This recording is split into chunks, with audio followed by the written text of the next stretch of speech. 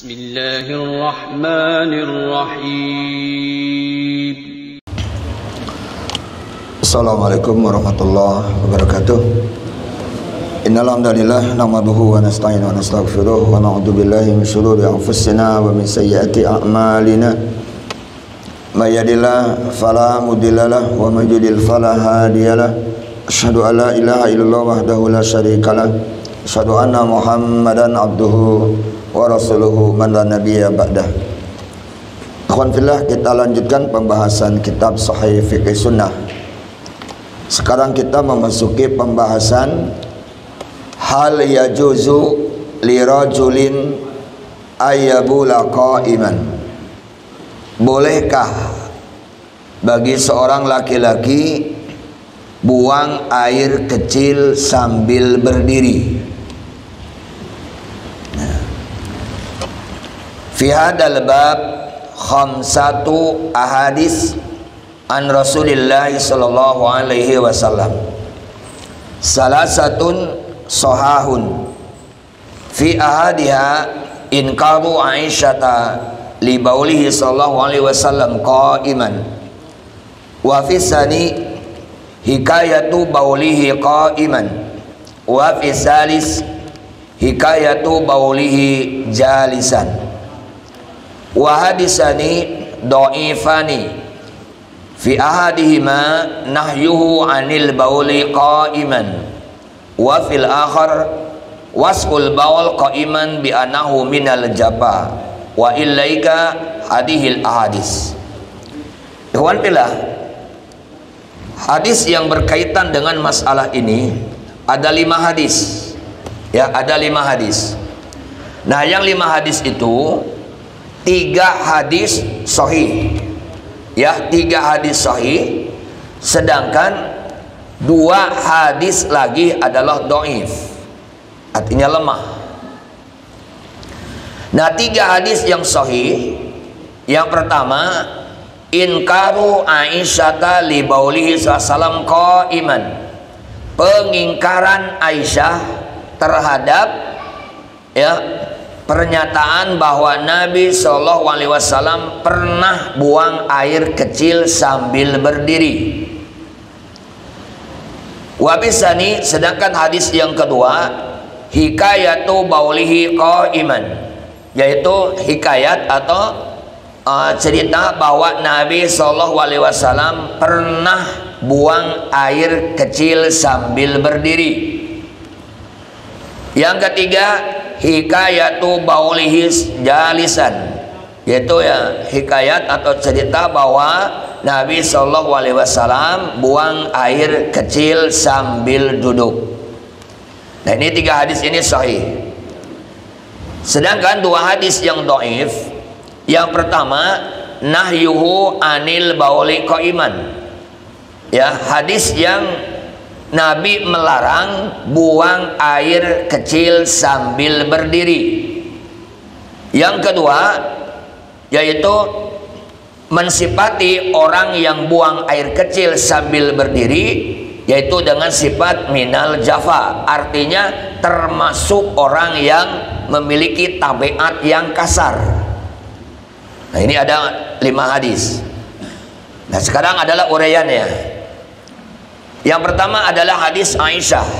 Qalat, beliau berkata, man hadasakum anna nabiyya sallallahu alaihi wasallam kana yabulu qa'iman fala tusaddiquhu makana yabulu illa qa'idan.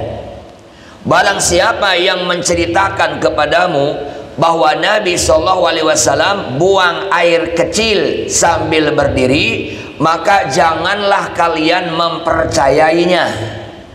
Ya, janganlah kalian mempercayainya. Makana yabulu ila qa'idan, karena Nabi tidak buang air kecil kecuali sambil duduk. Nah, ini hadisnya sahih. Ini adalah hadis diriwayatkan oleh Imam At-Tirmidzi, Imam An-Nasai, Imam Ibnu Majah, dan Imam Ahmad. Hadis kedua, hadis dari Hudzaifah, anna Nabiya sallallahu alaihi wasallam intaha ila sabatoti qaumin Kata Hudzaifah bahwa Nabi SAW sampai ya ke tempat pembuangan sampah suatu kaum. Kemudian fabala qaiman, lalu Nabi buang air kecil sambil berdiri. Kemudian patanaisu, lalu aku menjauh, ya, menyingkir. Faqala, lalu Nabi bersabda, ya unnu, mendekatlah. Pada nautu, lalu aku pun mendekat. Hatta kumtu indah ya akbaid, sehingga aku berdiri di belakangnya. Fatawa doa, lalu Nabi berwudu, wa masaha ala khufai, lalu beliau mengusap kedua sepatunya. Nah, ini adalah hadis riwayat Imam Bukhari, riwayat Imam Muslim, dan yang lainnya. Ketiga adalah hadis Abdurrahman bin Hasanah. Qala, dia berkata, kharaja alaina Rasulullah sallallahu alaihi wasallam wa fi yadihi kahai'atir darqah, bawa doaha summa jalasa khalfaha fabala ilaiha. Rasulullah SAW keluar, kemudian beliau menuju kami, sedangkan di tangan beliau itu ada sesuatu yang seperti perisai. Lalu Nabi meletakkannya atau menancapkannya, lalu Nabi duduk di belakangnya, lalu Nabi buang air kecil. Nah, ini tiga hadis ini sahih. Nah, hadis yang ketiga ini diriwayatkan oleh Imam Abu Dawud, Imam Nasai, Imam Ibnu Majah, dan riwayat Imam Ahmad. Ya, ini tiga hadis yang sahih. Adapun dua hadis lagi yang lemah. Yang pertama, An Ibni Umar, dari Ibnu Umar.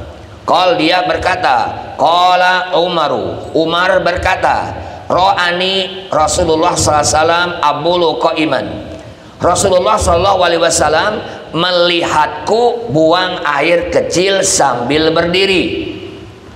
Faqala, lalu Nabi bersabda, ya Umaru, wahai Umar, latabul qaiman, janganlah kamu buang air kecil sambil berdiri.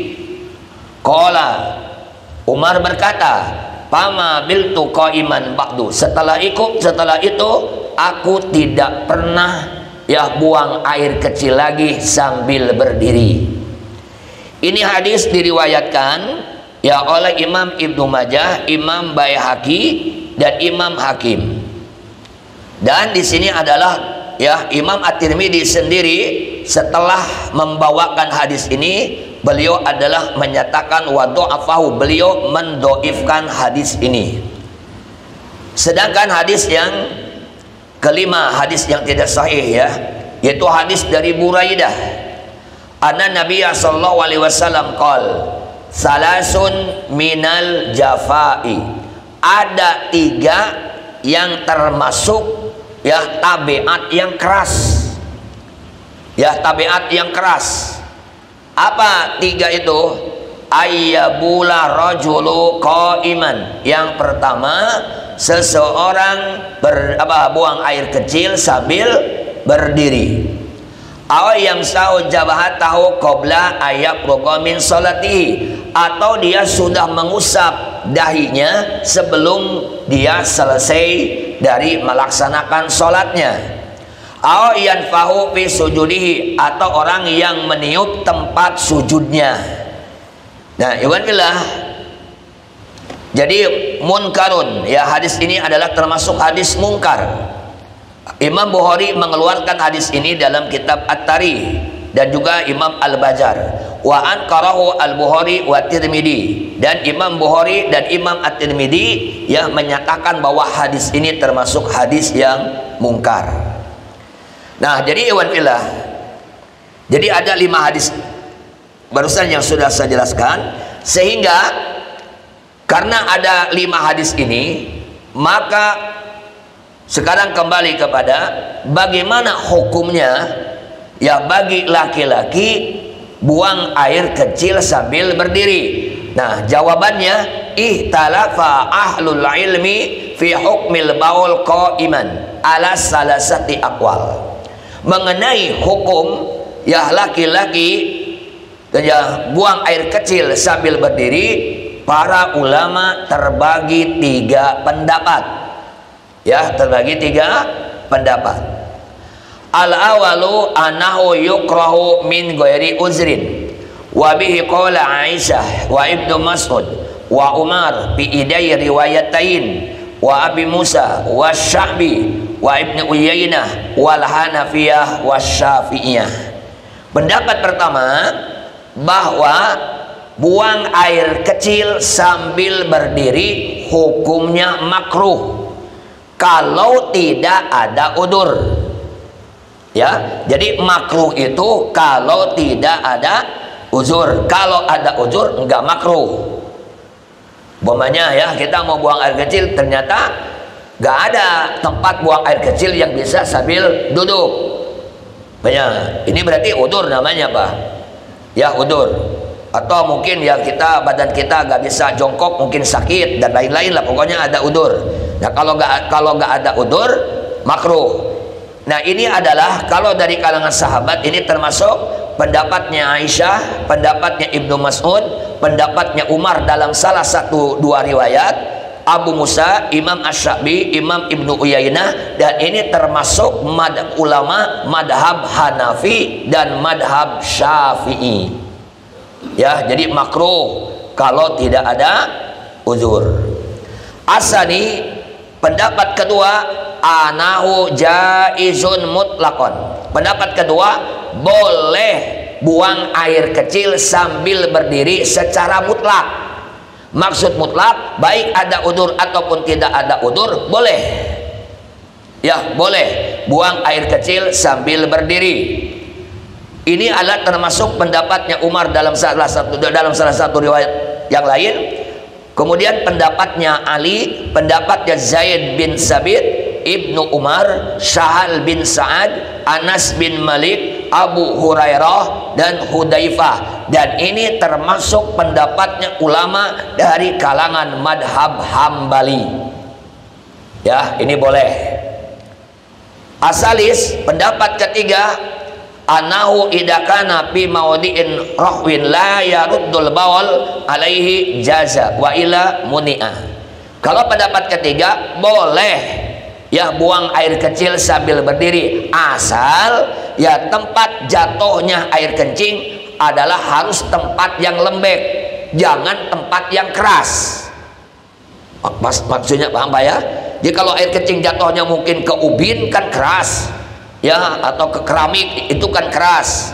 Nah, itu tidak boleh. Ya, kalau mungkin di bawahnya ada air, begini Pak ya, ada air kan itu tidak akan mercika ya, tidak akan terkena percikan kita karena langsung kan jatuhnya ke air, ya, tidak akan mantul nantinya. Nah, jadi kalau pokoknya tempatnya keras tidak boleh. Ini adalah madhabnya Imam Malik. Jadi ulama yang 4 terbagi 3. Kalau Imam ya Abu Hanifah dan Imam Syafi'i makruh kalau tidak ada udur. Kalau Imam Ahmad boleh secara mutlak. Kalau Imam Malik, kalau tadi ya tempat jatuhnya air kencing adalah ruwah, artinya lembek atau cairan mungkin ya, yang tidak akan air kencingnya tidak akan mercik, itu boleh. Tapi kalau keras tidak boleh. Nah, sekarang ikhwatillah, mana yang rajih ini? Wa rajih annahu la karahata fil baul qa'iman madama ya'manu irtidadul baul alaih. Pendapat yang rajih itu pendapat yang kuat, ya, tidak makruh alias boleh buang air kecil sambil berdiri selama aman dari percikan air kencing tersebut. Ya, boleh. Apa alasannya ini yang lebih rajih? Ya, ada 4 alasan. Ya, ada 4 alasan. Alasan pertama, anau lam yasiha syai'un anin nabi sallallahu alaihi wasallam fin nahi an dalik. Yang pertama, tidak ada satupun hadis yang sahih larangan dari Nabi mengenai buang air kecil sambil berdiri. Ya, ini tidak ada hadis yang sahih. Ini alasan pertama.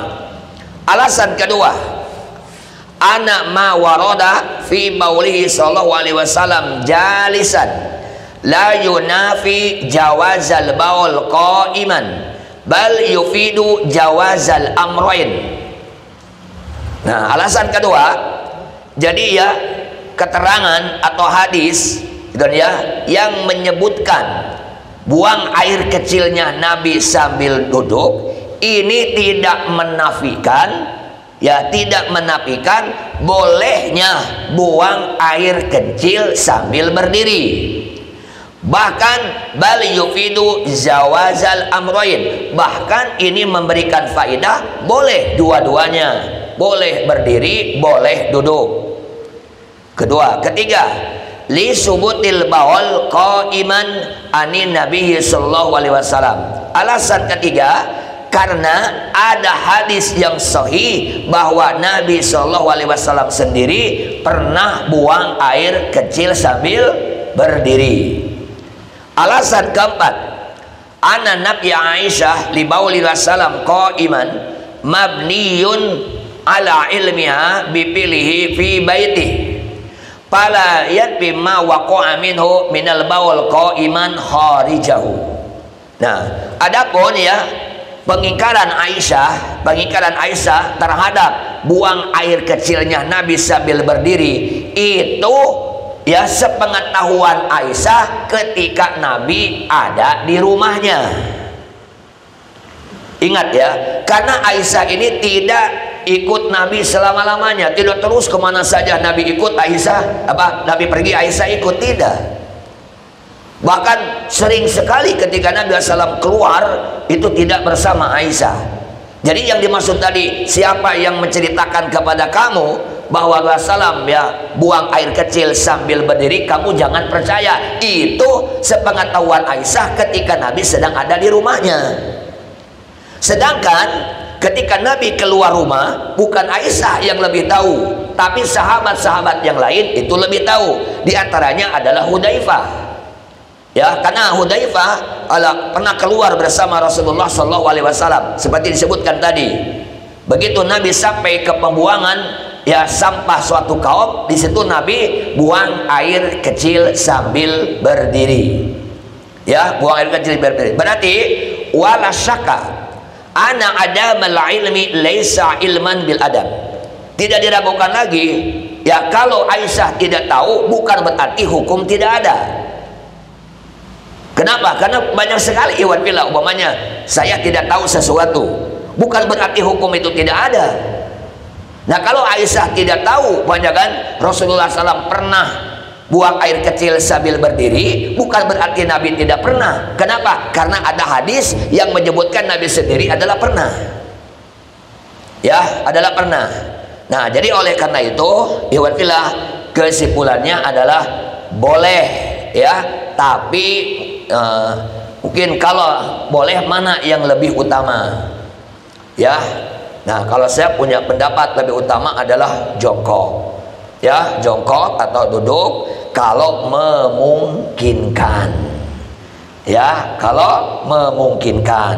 Tapi kalau tidak memungkinkan la baksa, karena sekarang rata-rata kan di tempat-tempat atau di tempat-tempat itu terminal atau bahkan di mesin-mesin juga banyak kan tempat buang air kecilnya itu dalam posisi berdiri ya. Sekali lagi, jadi kalau itu adalah secara dalil adalah itu boleh saja ya, boleh saja. Tapi kalau banyak kita bisa jongkok karena itu lebih lebih terjaga ya.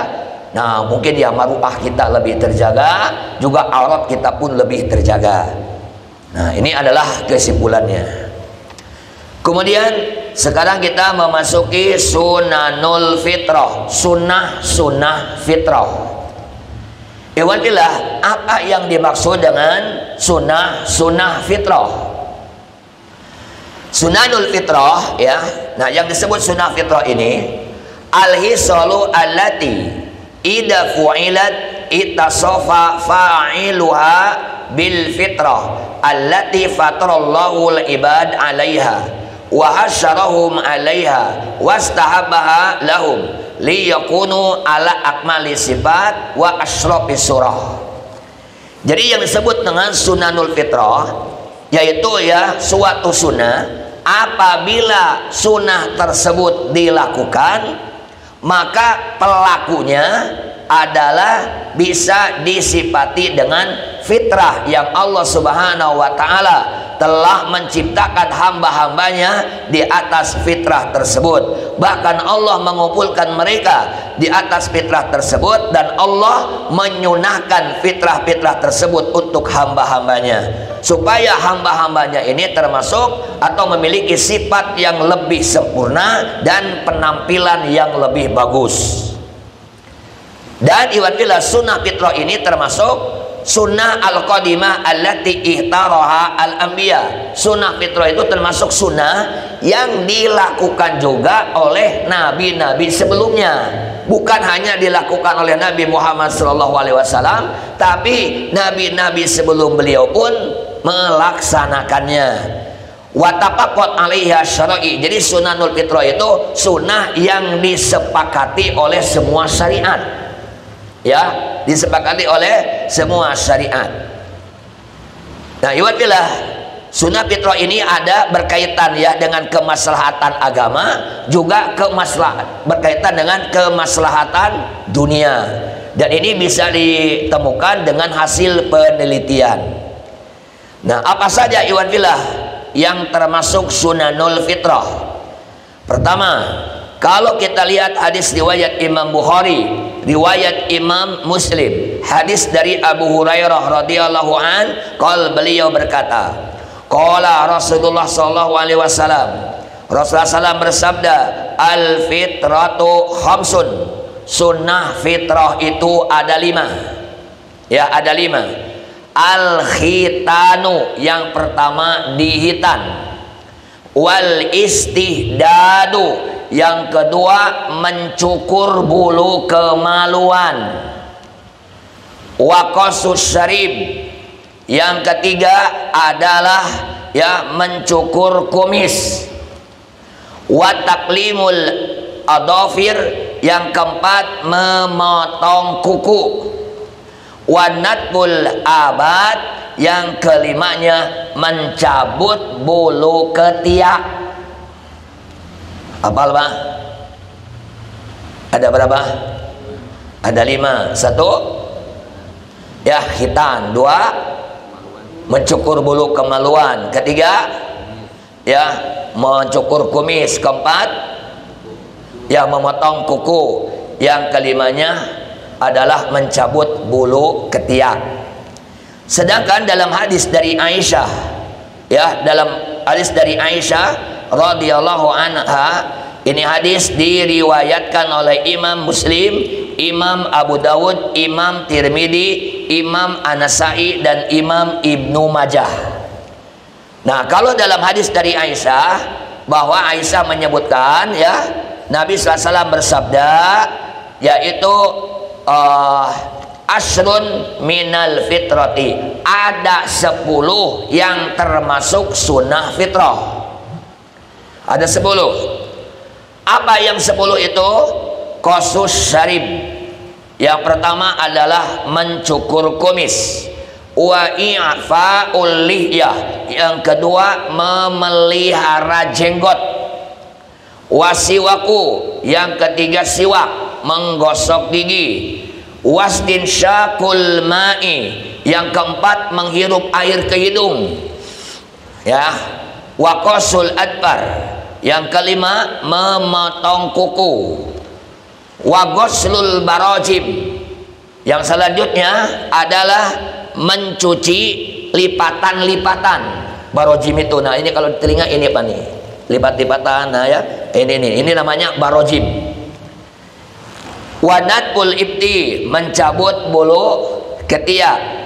Wahalkul anat, mencukur bulu kemaluan. Wanti kosul ma'i, dan istinja, ya istinja bersuci dengan air. Lalu ya Mas A berkata yang ke-10-nya katanya lupa, tapi kayaknya adalah al-madmadah, yaitu berkumur-kumur. Nah, jadi dari dua hadis kita simpulkan ya, kita simpulkan. Yang pertama apa? Al-hitanu, yaitu khitan. Yang kedua intiqasul ma'i, bersuci dengan air. Ya, bersuci dengan air.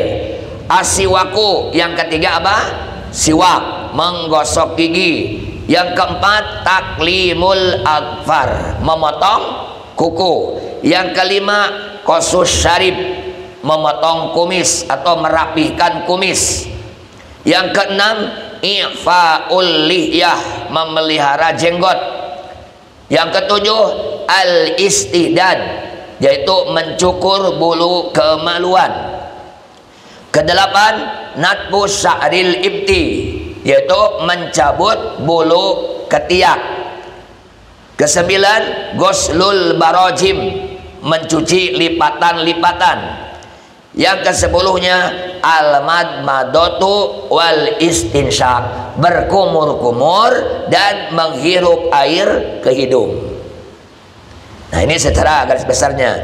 Nah, sekarang adalah mari kita bahas tentang bab hitan. Ya, al-hitanu. Nah, sekarang hitan. Nah, Iwan bilang kalau di tempat saya tidak ada yang bilang hitan, sunatan.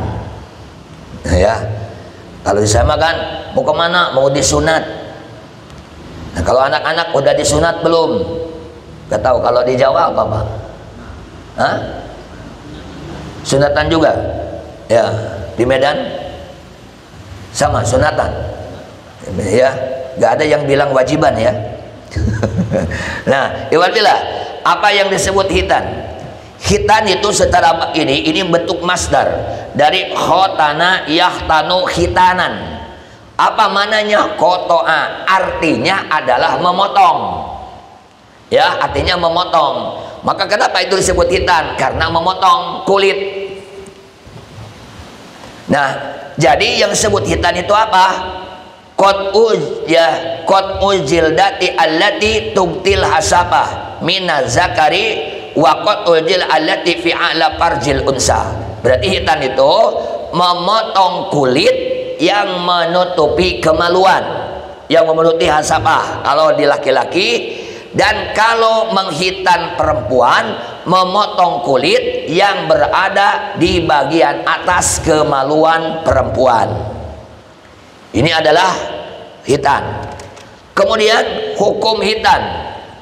Nah, sekarang ya adalah hukumnya. Ulama terbagi 3 pendapat lagi. Ya, terbagi 3. Pendapat pertama, annahu wajibun ala zakari wal unsa.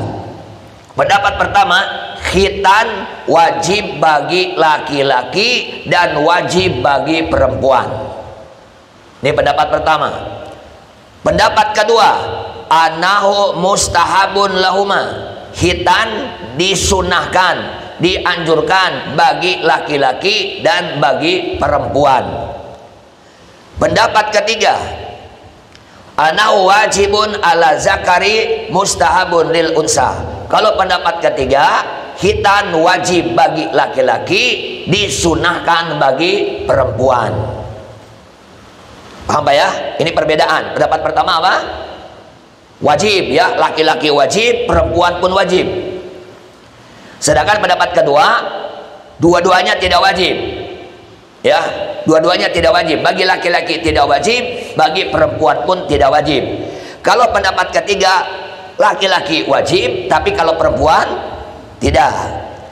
Nah, Al-Imam Ibnu Qudamah dalam kitab Al-Mughni jilid pertama halaman 85 menyebutkan, fa'amal khitanu fawajibun ala rijal.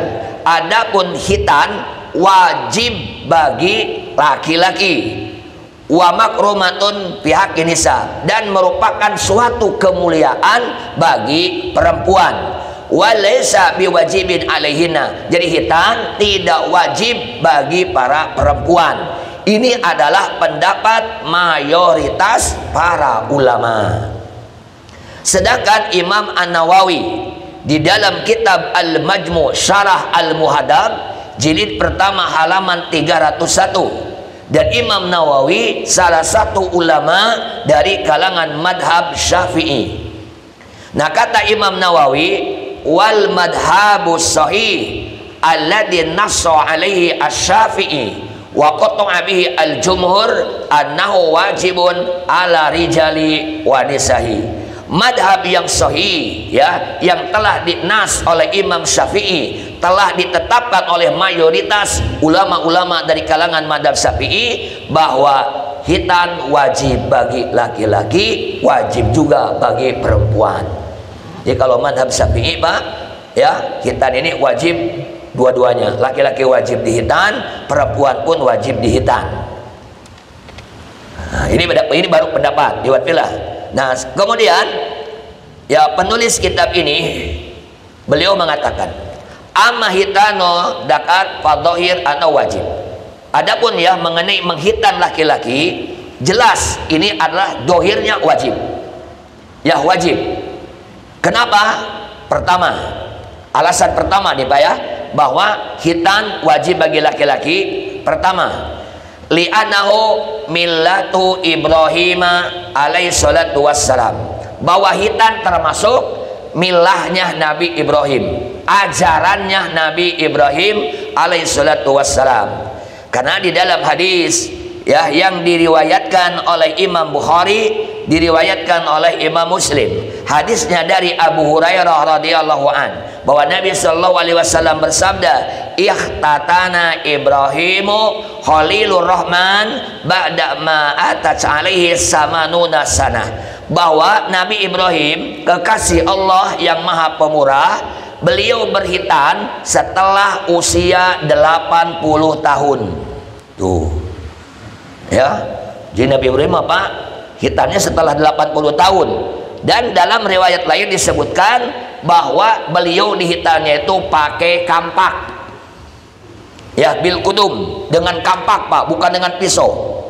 Jadi mungkin ditarik aja Pak, ditarik jeder gitu ya, pakai kampak gitu. Nah, kalau Bapak bertanya banyak kan, kenapa Nabi Ibrahim ya sampai udah tua gitu baru hitan, kenapa tidak waktu kecil? Karena perintah hitannya setelah Nabi Ibrahim usia 80 tahun. Bukan Nabi Ibrahim sengaja menunda-nunda hitan, bukan. Nah, ini kan jelas ya, Nabi Ibrahim itu dihitan pada usia 80 tahun. Wah, mungkin muslihat ya. Ya, makanya pakai kampak. Kan ya, pakai kampak. Nah, sedangkan Allah berfirman di dalam Al-Quran ya, yaitu surat An-Nahl ayat 123. Nah, summa awhayna ilaika anittabi' millata Ibrahim hanifa. Summa awhayna ilaik, lalu aku wahyukan kepada kamu Muhammad, kami wahyukan kepada kamu Muhammad, anittabi' millata Ibrahim hanifa, ikuti oleh kamu agamanya Ibrahim yang lurus. Nah, jadi ya, karena tadi kan khitan adalah termasuk ajarannya Nabi Ibrahim, agamanya Nabi Ibrahim, sedangkan kita diperintah untuk mengikuti milahnya Ibrahim. Sedangkan di sini kan perintah, ya, ittabi', ini perintah, fi'il amar. Dalam kaidahnya al aslu fil amri lil wujub, asal dalam perintah menunjukkan wajib, illa ma dalla dalilu ala hilafi, kecuali kalau ada dalil lain yang menunjukkan hilafnya. Di sini tidak ada, maka ya, nah ini alasan pertama. Jadi jelas berarti khitan menjadi wajib. Dalil kedua, ma ruwiya anna nabiyya sallallahu alaihi wasallam qala li rajulin aslama. Yang kedua, Nabi sallallahu alaihi wasallam pernah bersabda kepada seorang laki-laki yang masuk Islam. Ya, orang yang masuk Islam. Kata Nabi, alki anka sya'ral kufri wahtatin, buanglah darimu rambut kekufuran dan berhitanlah kamu. Ya, dan berhitanlah kamu. Dari sini ada perintah wahtatin, berhitanlah kamu. Perintah dari Nabi sallallahu alaihi wasallam. Ini adalah ya alasan kedua. Alasan ketiga, atau anal hitan min ya syiaril muslimin wa mumayyiza lahum anil yahudi wa nasara, fakana wajiban kasairi sya'air, bahwa hitan ini termasuk syiarnya kaum muslimin, yang membedakan antara muslimin ya dengan Yahudi dan Nasara. Berarti ya bahwa syiar ini, hitan ini adalah seperti syiar-syiar yang lain, maka hukumnya menjadi wajib. Yang keempat, annahu qat'u syai'in minal badan wa huwa haram. Jadi yang memotong sesuatu dari bagian tubuh kita itu hukumnya haram. Ya, sedangkan perkara yang haram tidak bisa dibolehkan kecuali dengan perkara yang wajib. Contoh, iwatfilah, contoh sholat ya, ketika matahari terbit dan ketika matahari mau terbenam itu hukumnya haram. Kita sholat sunnah haram. Kenapa? Karena Nabi menyebutkan pada waktu itu matahari berada di antara dua tanduk setan. Nah, orang-orang kafir mereka sedang menyembah matahari. Jadi kita dilarang sholat pada saat itu supaya tidak tasyabuh kepada orang-orang kafir, walaupun tidak ada niat kita menyerupai mereka. Sedangkan tasyabuh kepada mereka itu hukumnya haram. Tapi kalau kita habis sholat duhur tidur, pulas bangun-bangun matahari sudah mau terbenam, boleh kita sholat asar? Harus. Kenapa? Karena sholat asar hukumnya wajib. Jadi yang bisa mengalahkan perkara haram adalah wajib. Nah begitu juga, jadi memotong tubuh kita tuh, memotong jari, memotong kulit itu hukumnya haram, ibadillah. Nah sedangkan kan tadi ya hitan itu memotong kulit. Nah ya, sedangkan memotong bagian tubuh kita itu haram, kecuali kuku yang itu lain lagi, kan itu sudah ada dalilnya. Ya. Nah maka ini yang dijadikan dalil ya bahwa hitan bagi laki-laki adalah wajib. Ya ini pendapat yang paling kuat ya. Nah sekarang bagaimana hitan bagi perempuan? Amal unsa, adapun perempuan fa innahu yusra'u khitanuha, disyariatkan menghitan perempuan, disyariatkan. Ya, disyariatkan. Mana dalil yang menunjukkan disyariatkannya wanita dihitan? Ya, iwatilah. Ada di dalam hadis ya, riwayat Imam Bukhari dan riwayat Imam Muslim. Di antaranya adalah di wamasul hitanul hitana faqad wajabal ghuslu. Jadi apabila hitan bersentuhan dengan hitan yang lain maka wajib mandi. Kemudian dalam hadis yang lain, yaitu hadisnya adalah riwayat Imam Ibnu Majah, disebutkan idal taqol hitanani wajabal ghuslu. Apabila bertemu dua hitanan wajib mandi. Paham gak Pak? Apa maksudnya? Hah? Nah ya, ini Nabi bahasanya halus Pak. Idal takol hitanani, apabila bertemu dua hitanan ya wajabal ghuslu, wajib mandi. Yang dimaksud jima. Nah Nabi ya tidak akan menyebutkan apabila bertemu dua hitan kalau perempuan tidak dihitan. Paham maksudnya? Jadi kalau Nabi menyebutkan apabila bertemu dua hitanan, berarti laki-laki dihitan, perempuan dihitan, bertemu wajib mandi.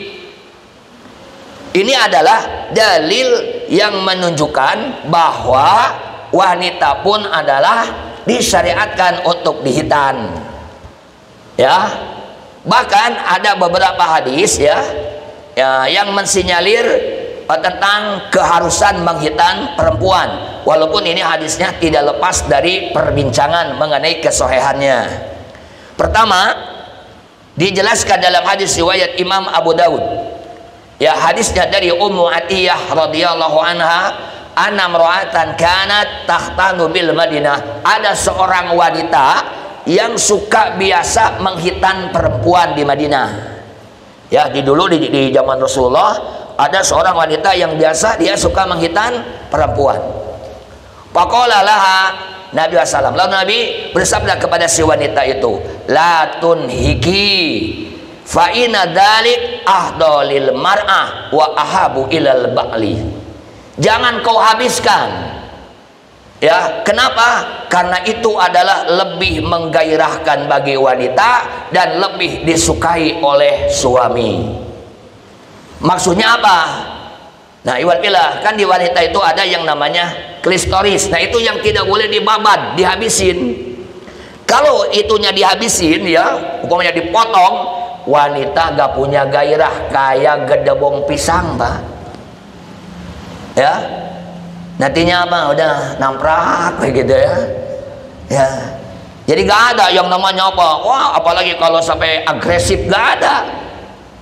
Nah, itu kan kayak sama aja, mungkin kayak apa gitu kan ya. Makanya kata Nabi, kenapa jangan dihabiskan? Itu lebih berharga bagi kaum wanita dan lebih disukai oleh suami. Kenapa suami suka? Karena istrinya bergairah. Coba kalau antum sekarang hubung jima sama istri, tapi istrinya diam aja, gak ada, ya kan kurang semangat itu kan. Ya, nah makanya Nabi menyebutkan apa? La tuniki, jangan kamu habiskan. Dalam riwayat lain disebutkan, ya, wafi riwayat, ya, ida khofati pa'ashimmi walatun hiki. Apabila kamu ingin memotongnya, potonglah sedikit, jangan kamu habiskan. Fa'inahu andaru lil wajhi wa ahdo inda zawj. Karena itu adalah lebih mencerahkan wajah dan lebih menyenangkan suami. Nah, ini ya. Jadi ini adalah diantaranya. Kemudian iwan fillah, kalau kita lihat ya, sekarang nih, tujuan menghitan laki-laki jelas berbeda dengan hitan perempuan. Kalau ya, kalau hitan laki-laki, anal hitana fi haqqi rijal fihi maslahatun ta'udu ila syartin min syuruti shalah. Di antara ya, di antara hitan bagi kaum laki-laki, kemaslahatannya salah satunya kembali kepada salah satu syarat sahnya sholat, yaitu apa? Toharoh, harus suci dari najis. Lianau idza baqiyat adihil jilda, karena kalau kulit ini adalah terus dibiarkan, nantinya maka ya sisa-sisa kencing itu bakal mengendap di sini, ya, bakal mengendap. Ini kalau ya untuk laki-laki. Sedangkan amma pihakil mar'ah, adapun menghitan wanita, pagoyatu faidatihi, ya, puncak faidahnya apa? Anahu yuqallilu min syahwatiha. Tujuan menghitan wanita apa? Untuk mengurangi syahwatnya supaya tidak terlalu agresif. Makanya kalau istri antum ada yang galak, wah gitu kan, antum tanya, udah dihitan belum? Gitu ya, dihitan nggak dulu? Enggak, pantesan gitu kan ya, gitu ya.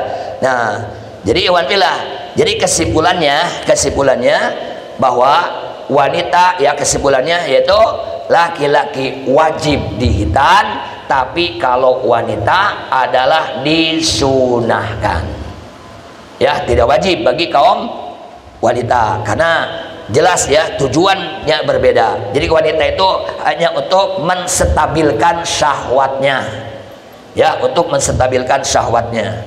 Nah, jadi kalau ingin ya, kalau ingin dihitan, ya, boleh istri antum hitan aja sama antum, ya, jangan dibawa ke tukang hitan sama orang lain, ya, gampang itu mah. Udah isya ya? Masya Allah, cepat banget. Satu pertanyaan barangkali. Kalau ada pertanyaan, takutnya ada yang mau ditanyakan unak-unak gitu ya. Oh, adzan dulu ya. Oh iya betul. Monggo. Silakan Iwan Billah. Ada Ustaz. Waalaikumsalam warahmatullahi wabarakatuh.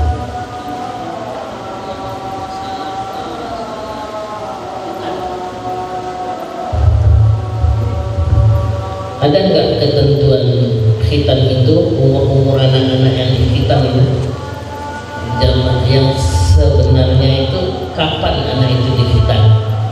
Terus yang kedua, anak-anak yang dihitan dalam keadaan najis dalam posisi sholat, kan kita bawa anak nih atau bawa cucu, tapi barisannya dengan bapak. Nah, ini posisi posisi anak ini kalau di kampung namanya kan najis nih, masih najis gitu kan. Nah ini posisi anak ini dalam konteks sholat.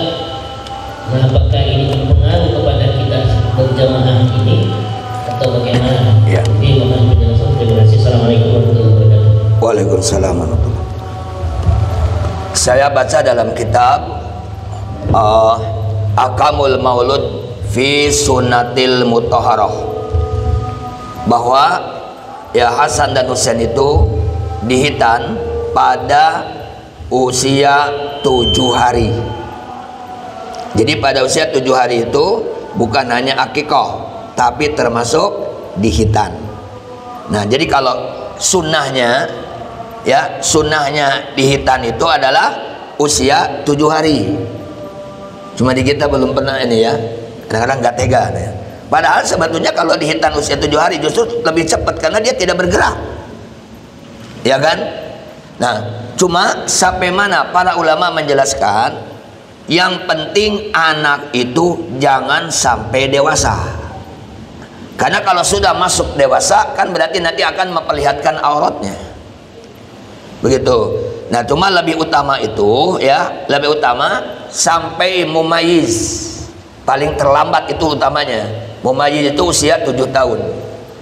Nah, itu adalah kalau usahakan sebelum usia anak kita 7 tahun itu anak sudah dihitan. Kenapa? Karena kalau sudah usia 7 tahun, maka anak itu kan sudah mulai diperintahkan untuk sholat. Ya kan? Sebagaimana Nabi menyebutkan muru auladakum bis-shalah wa hum abna'us sab'i sinin. Suruhlah anakmu untuk melaksanakan sholat kalau usianya sudah 7 tahun.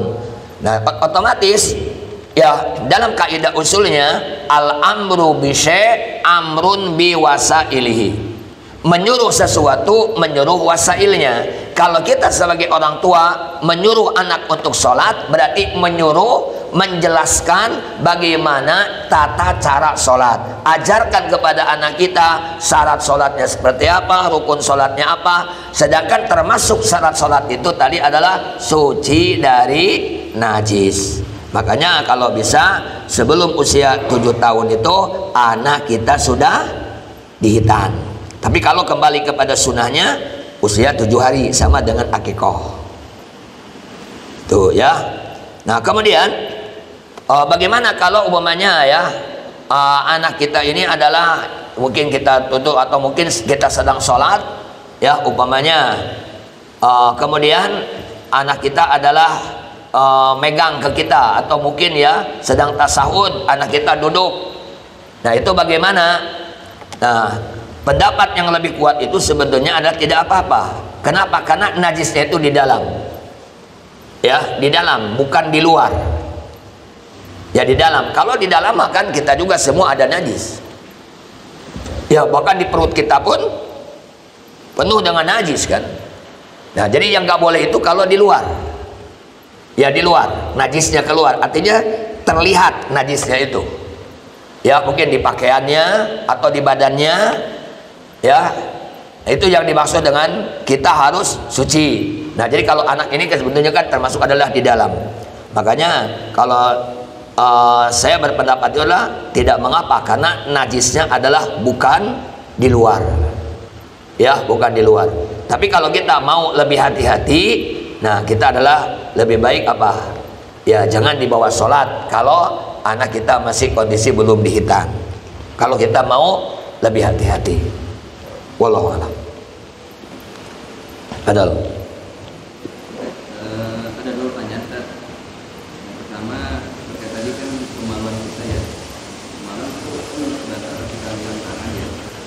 Supaya di tujuan tangan itu ada berdasarkan wudhu kita di rumah. Sebelumnya wudhu, dan kita megang kemaluan. Posisi itu tangan itu apa begini atau natural juga atau juga ya sama. Ini kita sengaja gitu menyatukan atau lagi dahulu gitu kan kena ini itu mana posisi tangan itu Iya. Yang pertama, yang kedua apanya agak sedikit ini saya pernah ditanya orang saya nggak bisa jawab. Dia bilang kita ketemu kita nggak perlu wajib duduk ya wajib mandi ya. Artinya itu maksudnya itu kan apa ya maksudnya itu sampai walaupun kita nggak orgasme gitu walaupun kita nggak keluar nggak keluar mani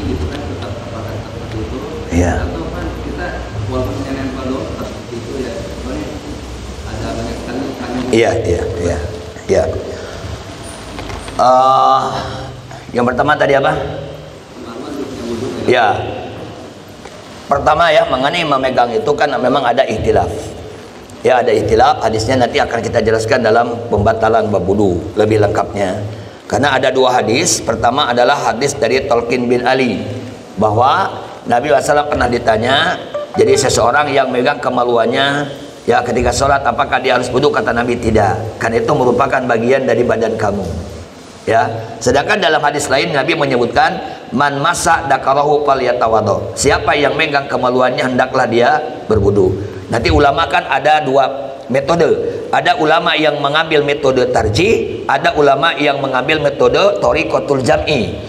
Nah, adapun kalau ulama yang mengambil metode tarjih, mana yang lebih kuat dari hadis itu? Nah, di sini ada perbedaan. Kalau menurut Imam Bukhari, ya hadis yang menyuruh wudu itu lebih kuat ketimbang hadis yang mengatakan tidak perlu wudu. Tapi kata guru Imam Bukhari, yaitu Ali Al-Madini, hadis yang menyebutkan tidak perlu wudu lebih kuat ketimbang hadis yang menyuruh wudu. Nah, ini kan berbeda. Tapi kalau mayoritas ulama, hadis yang menyuruh wudu itu lebih kuat karena sanadnya, orang yang meriwayatkannya lebih banyak. Yang kedua, itu termasuk hadis yang belakangan. Karena hadis Talqin itu yang tidak perlu wudu itu di awal hijrah. Ya, di awal hijrah. Sedangkan hadis yang menyebutkan barang siapa yang berbiang kebaduan hendaklah berwudu itu adalah di akhir hayatnya Rasulullah SAW. Kemudian para ulama mengatakan, ahli bahasa, yang disebut dengan menyentuh ya atau megang itu dengan telapak tangan. Ya, dengan telapak tangan. Adapun kalau menggunakan punggung atau apa, itu namanya bukan menyentuh. Ya, ini adalah ahli bahasa. Jadi ini kalau dipegang. Adapun kalau pakai ini itu tidak. Ya, itu yang pertama. Yang kedua, ini juga bakal dijelaskan nanti dalam asbabu ya, asbab tentang wajibnya mandi. Nah, di antaranya kan asbab yang mewajibkan mandi itu adalah al-jima'u, yaitu jima. Nah, di situ dijelaskan jima ini, yang dimaksud jima, afwan, bukan vulgar, dan mohon maaf kepada yang belum nikah ya, itu harus masuk ya. Jadi kemaluan laki-laki ini benar-benar masuk kemaluan perempuan, wa ilam yunzil, walaupun tidak sampai klimaks, gak sampai keluar mani, wajib mandi ya. Bahkan Nabi pernah ditanya oleh salah seorang sahabat, ya Rasulullah, seseorang berhubungan dengan istrinya tiba-tiba loyo ya, gak sampai keluar, gak sampai klimaks, tiba-tiba akhirnya apa? Gak jadi, udah bubaran. Apakah wajib mandi? Kata Nabi, waktu itu Aisyah sedang duduk di dekat Rasulullah. Kata Rasul, aku dengan orang ini pernah seperti itu, gitu ya. Pernah seperti itu, tapi kami mandi. Nah, jadi umpamanya antum ya sedang hubungan, ya sedang jima, Assalamualaikum. Waduh, ini siapa yang Assalamualaikum? Ganggu aja nih. Karena terus-terusan Assalamualaikum, udahlah bubarin aja, udahan aja. Berarti tidak sampai klimaks, tetap wajib mandi. Nah, bagaimana kalau cuma menyentuh doang? Nah, cuma berhadapan doang ini dan ya. Kalau cuma berhadapan, hasapah tidak wajib mandi, gak wajib ya. Jadi wajib itu kalau idhal ya, kalau sampai masuk duhul, masuk, itu yang wajib. Kalau tidak, gak wajib mandi. Begitu. Ini keterangan nanti ada di depan. Ya, nanti dalam membahas tentang bab sebab-sebab yang mewajibkan mandi nanti insyaallah ya, lebih lengkapnya. Ya, mungkin sudah cukup. Alhamdulillah. Ya, sampai di sini kajian kita pada malam hari ini. Kita tutup. Antum ya nanti yang tutup. Ya, kita mohon maaf apabila ada kelebihan kekurangan. Assalamualaikum warahmatullahi wabarakatuh. Waalaikumsalam.